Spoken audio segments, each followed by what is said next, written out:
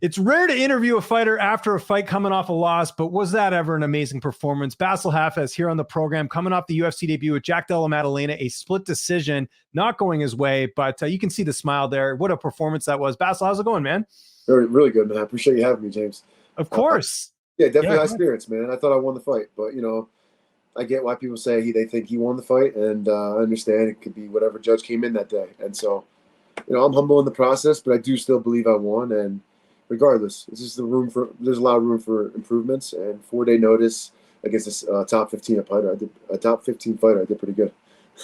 I want to know what the feedback's been like since the fight, because again, like, it's very rare to have a fight that doesn't go your way and you get more fans. I think you really blew people away with that performance. Just tell me a little bit about that. How have these last few days been since the fight?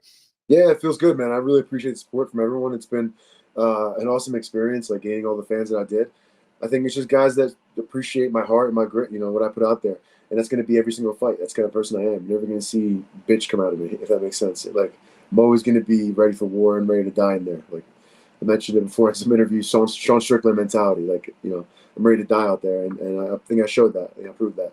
You're not going to finish me easily. He had some good power and threw the kitchen sink at me when I was dead tired in the third round, and I still showed that I can eat that and keep coming forward. And so, it's just the beginning. Yeah. I'm excited for my growth for the next fight, and with a proper camp and a proper weight cut, because that makes a huge difference in a fight. Now, we didn't get to talk before the fight. I'm always weary of interviewing fighters when they're, they got the debut. I know you have a million things to do with medicals and stuff, so I kind of left that one alone. I figured we'd talk after. Glad we did. But tell me when you got the call, when you found out. Tell me a little bit about that, about how you got this fight to begin with. Like, how much notice did you get? Yeah, it was Monday night. So Monday night before the fight. Yeah, so I managed. I knew I had an opportunity, like maybe the week before, but then it fell through when the Josiah Harrell thing happened, when he got the call. And then, obviously with his medicals, he had that bad news that came out. And so at first, obviously you don't want to be happy about something like that happening, but you're like, oh shit, so they still need somebody. But at the same time, you're thinking like, oh, they didn't pick me the first time, maybe they just don't want me for this one, or maybe like I knew I deserved to be there. It's just like, but I guess for the right matchup and the right time. And so when I got the call Monday night, it was honestly a complete shocker. Like, my management knew, Jason House, what I really knew. Like, I was ready to go, and I was down to fight JDM, like, no hesitation, in a heartbeat. And when I got the call Monday night, it was tears of joy. Like, actually, the first actual time as an adult, I'm 31 years old, first time I actually cried from happiness. Like, actually feeling that. When people talk about that, what that's like it's a crazy feeling, man. It's first time. I can understand it, man, with the amount. I mean, we've been doing interviews for years. The amount of work you put into this, and just the opponents you fought. Like, you didn't have an easy road to get here. Some guys, they pad their records a bit. They get a couple fights, they get a call. But for you, it's been sort of a long road there. Just to clarify something you said there, were you being considered initially for UFC 290? Was that what you meant by, you weren't sure if it was going to happen, or did you only know about this fight last weekend? Yeah, I mean, I feel like I was being, there's always logistics and everything, but to my knowledge, I was being considered for a few welterweight fights that were pullouts earlier this year in general. Like, cool. I was going to say, because if that 290 worked out, I was at that card, we would have finally met. It would have been cool. But I was ready for that too, man. I said yes to that as well. Actually, so I mean, even the delay helped out because I was a little higher with my weight. I was a little more like, I wasn't in fight shape. I'll be honest. I tried to stay short notice ready. It's so much harder than people say, especially when you don't have, a lavish lifestyle to be able to afford to do certain things. It's just tough. And so for me, like, it was tough to do that. I stayed as ready as I could. So more time was more time. That's all I saw it as. I was going to run my bank account out and run myself out until the fight happened, and I was going to go out there and get a bonus and then get that money back or make more money than I made in a fight before, obviously. But, I was ready, and I was trying to take fights from, earlier this, like 3 months ago, even when I had the Cuts fight and I had that walk-off KO. I had maybe like 2 weeks of recovery, trying to heal up, eat, enjoy food. I gained a little weight, got the weight back off, and then just was in the mindset of like, I'm just getting ready for a short notice fight. And I said yes to, I'm not going to say names because I don't want to, no, of course, what are you going to do? Don't want to ruffle any feathers, as they say, right? So I don't mind ruffling feathers, but I don't want to be a dick. That's more of it. No, that makes sense. Did you know? Now, again, you sort of putting you sort of before the fight No, here. okay, yeah. So you kind of, again, Monday you get the call and all this. How familiar were you with Jack? Was he someone you were kind of scouting, or was he kind of like a fresh opponent? You had to look him up and everything. No, I knew who Jack was before. I mean, I think every welterweight, if they're lying, if they say they don't know who Jack was, because he was, tearing through guys like how he was in the UFC. No, I knew who he was. I was a fan of his striking style. I'm a fan, like, real recognized real, I say. Like, I appreciated his style and his knockout power and what he brings to the cage. And it's like, maybe like young Bassil will be like, yeah, I want to fight him. And like, oh, maybe not right now. Maybe, but Bassil now is like, I want to, like, he's a beast. I want to fight him. Like, no, let's next fight. I mean, obviously we get compensated, right? But next fight, let's fucking go. Like, so to me, short notice, like, obviously not ideal for someone that you think is a really good fighter.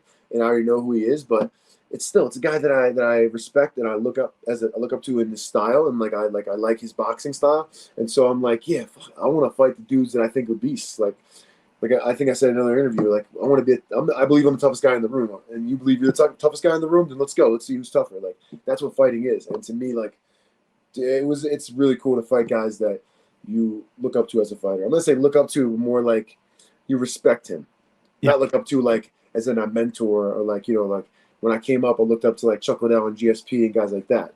But I respect his style and I respect him as a fighter. So I already knew who he was. And so it was just like, hell yeah, I want to fight this guy. Like, I want to see where I'm at. And, I believe that when a fight camp, I could beat this guy. I can make it non-decisive. And I truly believe that. Like, I'll say that stone face now, and I'll say that again. Like, I'm not scared to have that rematch. Some people might have that tough fight and be like, all right, who's next? I need the easy one. Or when you're fighting Jack, usually you're not coming in debut, you're a ranked fighter, so it's like you're already gonna have tough fights. Like, yeah, I'm just not scared for that level. I'm down to fight him again, and prove that I can beat him, like make it a decisive victory. It's one thing to see him, compete on TV and watch film and stuff, but actually being in there with him, was there anything that surprised you that maybe you weren't expecting? Yeah, like his attacks for guillotines, the times that he went for guillotines. I understand it, but like, I think maybe he just hasn't really been around a lot of like top black belts that are putting it on him like that. Not that his training partners aren't beasts. I mean, he's a high-level fighter. It takes good training partners to make that kind of fighter. But, I don't know. I just believe some of his attempts were bad. And look, I believe I would get to those positions if I was off a fight camp and I'm ready to go without any cardio issues. Regardless, I get to those positions. But a lot of times I feel like he gave me some positions. I was like a little surprised. Like, and I think some people said something about his fight IQ with that. But like, I think it's just maybe the moment. I'm not going to sit here and talk shit about him as a fighter. Man, he gave me a war, and he hits like a Mack truck. But I'm used to getting hit with 10 Mack trucks, to be honest. So I don't care. Like, I showed you can't knock me out. Tired, you can't knock me out even. So, man, from now on, be in better shape and be even tougher in every fight. So, I have that I'm not finishable mentality. And so, for me, that's what it is. I'm ready to go in there and die in that cage. So it goes to the scorecards. How are you feeling? What percentage in your head are you thinking you got this? Because again, at home, it was especially that second round. I think the second round is really what it comes down to when you kind of look at the fight. How are you feeling going to the judges' scorecards? Yeah, I mean, going to judges' scorecards, I'm exhausted, and I'm thinking, I don't know how sloppy I looked. I know a lot of my shots were super telegraphed and like not kind of how I'd like to set them up. And like I said, 4-day notice. What can I game plan? But I feel like I could have lost, and I get that. I'm not one of those people that's just this complete cynic and like, oh no, I fucking dominated every bit of that. I looked amazing. No, shit. I got higher expectations for myself than that. I believe I won the fight based off the rule set of MMA and what we judge fights on the regular. So different judges came in that day, and those guys were looking for something different in that fight. And I get what they were looking for, and they gave it to them for that reason. I still believe I won the fight. I still believe I could have done things better. There's two sides to every coin, and at the end of the day, like, I'm going to make those improvements. And I'm going to make sure that it's not up in the air like that next time. So, but yeah, I mean, I could see how they scored it for him. I get that. I'm not like, completely blind to that, but I still believe I won the fight. I mean, based off what was the sport we're in and how they normally judge it, as a person who watches fights on a weekly basis, and competes in them, yeah, I believe I won the fight. Now, some of the talk after this has been more about, Jack getting exposed and all these different things. Does that kind of annoy you in a way? Because like, again, people in the know how good you are. You look at the odds, even when I saw them, I was like, yeah, these are wrong for sure. Does that talk kind of annoy you? Because I feel like they're focusing more on Jack and what he didn't do as opposed to what you did in the fight. Yeah, no, I mean, shit, I agree 100%. I think I'm a beast. And I think people don't understand I'm a beast. And I think Jack's a beast. And I think they might look at it like I'm a debuter out of nowhere coming. Like, bro, I'm not the kind of like, dead up. We're just talking about like make up some crazy shit. Let's get every single dude in the UFC welterweight division. We can have a little in-house tournament and let's see who wins. And let's see, I'm not the top dude of that division. Like, dead up. I don't care. Like, I'm a great grappler and a great fighter. And I believe that just because things don't line up as a fighter, you don't always get to the pinnacle right away and be able to expose and show who you are at that point. And on top of that, everyone competes differently. So, not everyone's a great competitor from birth and from the jump. It really depends on when they hit that peak or when they hit that point, and even if they reach that, if they get themselves to the point mentally to be able to reach that. So I'm at the point now where I'm a different fighter than I was earlier in my career. So let these doubters keep doubting me, and that's fine. They can keep tuning in when I watch and doubt me for being a hardworking, gritty motherfucker that wants to put on a show for you. Then you just hate life. I don't know. I'm fine with that. Then you got more problems, and God bless you. But like for me, I'm going out there to put on a show for the love of the sport.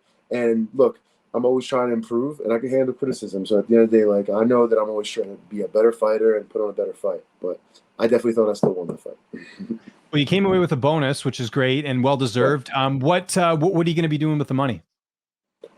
Investing it, trying to turn it into more. Smart. Yeah. Not gonna go hit up the Louis V store.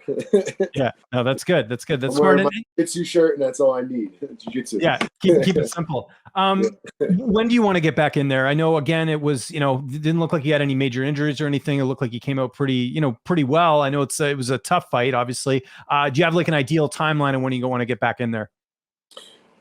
I mean, I don't have any concussions. Honestly, something I don't really talk about, but I actually did spend the night in the ER after the fight just because I had weight cut complications, actually. And I showed up hoping to see if, what CAT scan would look like, make sure I have a concussion or anything. And they said I was fine, no issues with that. But I ended up having like a little bit of a not hard issue, but like some kind of issue with like air in my body where it shouldn't be. And so they kept me for that reason. I think it was related to the weight cut. And so I need time to heal. I need time to make sure I'm good with that. My brain's fine. I'm ready to go. Like, no real injuries. I actually went into the fight with more injuries I didn't talk about than I actually left with. Like I had several things, and everybody around me in my camp knows like I was dealing with at least 3 or 4 like things that I should pull out a fight with. But when opportunity calls, go out there. You just hope you don't blow shit out. Yeah. Maybe definitely this year. I want to fight this year. Again, but sometime in the fall. It doesn't matter when. Would New York, you're from the East Coast originally. Is New York kind of what you're thinking? That would be like a cool card to be on the Madison Square Garden? I want a Philly card, man. We got how many Philly fighters in New York? I know. I agree. Philly card on. Even if we're not fighting each other, we're fighting somebody else from outside of Philly. Like, I'm cool with that. I mean, I know I live in Denver, but, this is the first time that we have guys from Philly, this many guys from Philly on in the UFC that are killing it. So we could fill a card with just Philly fighters. I'm not going to lie. We definitely could. It'll be an action-packed who's going to piss further than who card. Yeah, no, I agree. But no, I mean, look, I'm cool with whatever. It would be cool, honestly, to fight. It'd be cool to fight in MSG because I'm an East Coast guy, but it'd be cool to fight in Middle East, overseas. I'm indifferent. To me, I'm the kind of person where I believe I'm going to be here to stay, and so I want to introduce myself to every part of the country. Wherever I fight, I believe I can carry myself and carry the fan base and get them riled up to ready to die for me at the end of the fight. So wherever it happens, I'm cool with it. I can get the fan base going. Well, I was going to say October, Abu Dhabi, November, New York. So, I mean, that seems like a decent amount of time off. We'll see. Yeah, like you said, you want to get one in there. So, yeah, might line up there. That's great. Any opponents of mine, or you just kind of leave that up to your coaches and management? Yeah, I'll leave that up to whatever they present to me. I think I just fought one of the toughest sons of bitches in the division, and I'm kind of ready for whatever. But I know obviously how it works. You have to fight out your contract and build your way up, and so whatever happens, we'll see. I'm the kind of person where if they said, "Hey, listen, we just saw you," they came to me and were like, "Hey, we just saw you fight one of the top guys, top 15. We're gonna just cut all that middle ground, and we're gonna pay you like one of these guys how they get paid, and then we're gonna have you fight these top guys right away." I'm gonna say like, "Dude, I'm ready, and I'll do it. Let's go." Like I'll vault that. I don't care. There's no fear in that. So that's really what it depends on, and I get that's not the game. So I'm accepting of the sport I'm in, and we'll see what happens. One thing I wanted to ask you, I kind of noticed on the broadcast, you actually switched camps. You're at Elevation now. When did that move happen? I was curious because I think last time we spoke, you were at another gym. Yeah, I forget. I was at technically 3 gyms in the past 3 years, so I don't know.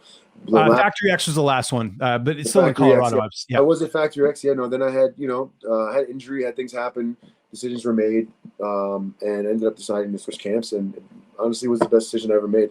I kind of wish when I came out here, I just went straight to Elevation. Factory X is a good gym, and they have great things to offer. But at the end of the day, like, I don't know, the training partners I have at Elevation, the structure that I'm able to put in place, I'm able to control my strength conditioning and really get myself to be a beast at the level I want. Like, to be ready for short notice opportunities like that, like I was, to go out there and not let myself die in a cage like, from exhaustion. So that takes a lot of moving parts, and I feel like I'm at the best camp, man. With Elevation Fight Team, I do my striking with Justin Houghton over at Pound for Pound Muay Thai, and I do my jiu-jitsu with Steve Hordinsky at Catharo.